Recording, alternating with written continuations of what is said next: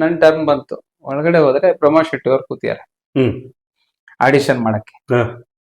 ನಿಮ್ಗೆ ಸೆಟ್ ಆಗೋ ರೋಲ್ ಇದೆಯಾ, ಅದು ಏನೋ ಗೊತ್ತಿಲ್ಲ, ನಿಮ್ ಮೇಲ್ಗಡೆ ರಿಷಬ್ ಇದ್ದಾನೆ ಅಂತ ಅಂದ್ರು. ಹ್ಮ್. ಅವನಿಗೆ ಫೋನ್ ಮಾಡ್ತೀನಿ, ನೀವು ಹೋಗೋದಾರು ಹೋಗಿ. ರಿಷಬ್ ಸರ್ ಅಂದ್ರು, ಸರ್ ಈಗ ನಿಮ್ ಪಾತ್ರ ಇದು ನೋಡಿ, ಡೈಲಾಗ್ ಎಲ್ಲ ಇದೆ, ಒಂದು ಲೆಕ್ಚರರ್ ಹಿಂಗ್ ಬರ್ತೀರಾ, ನಿಮ್ಗೆ ರಾಕೆಟ್ ಬಿಡ್ತಾರೆ, ಇದಾಗತ್ತೆ. ಹ್ಮ್. ನೀವು ಅಭಿನಯಿಸ್ಬೇಕು, ಡೈಲಾಗ್ ಎಲ್ಲ ಇದಿದೆ ನೋಡಿ, ಹಿಂಗ್ ಮಾಡಿ ಅಂತ ಎಲ್ಲ ಹೇಳಿದ್ರು. ಅಷ್ಟೊತ್ತಿಗೆ ಹುಡುಗರ್ನೆಲ್ಲ ಪೂರ್ತಿ ಬಂದವ್ರನ್ನೆಲ್ಲ ಒಂದು ಕ್ಲಾಸ್ ರೂಮ್ ಸೇರಿಸಿ ಆಡಿಷನ್ ಮಾಡಿದ್ರು.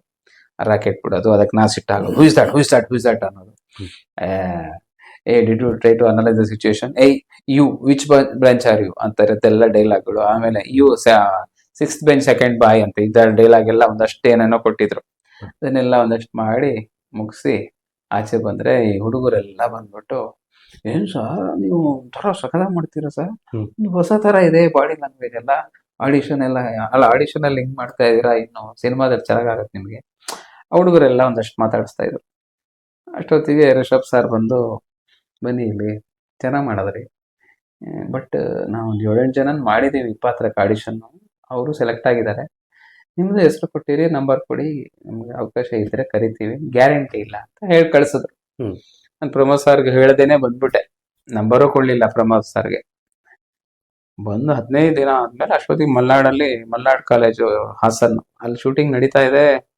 ನಾನು ಪೇಪರ್ ಎಲ್ಲ ಓದ್ತಾ ಇದ್ದೀನಿ, ಶೂಟಿಂಗ್ ಆಗ್ತಿದೆ. ಓ ಪಾತ್ರ ಸಿಕ್ಕಿಲ್ಲ ನಮ್ದು, ಆಯ್ತು ಯಾರನ್ನೋ ಹಾಕೊಂಡಿದ್ದಾರೆ ಅನ್ಕೊಂಡಿದ್ದೆ. ಸಡನ್ ಆಗಿ ಒಂದಿನ ಪ್ರಮೋದ್ ಫೋನ್ ಮಾಡಿದ್ರು, ರಘು ಭಟ್ರೆ ಎಲ್ಲಿದ್ದೀರಿ ಅಂತ. ಯಾಕೆ ಸರ್ ಅಂದೆ, ಈ ತರ ಅದೊಂದು ಲೆಕ್ಚರರ್ ಪಾತ್ರಕ್ಕೆ ನೀವೇ ಸೆಲೆಕ್ಟ್ ಆಗಿದ್ದೀರಿ,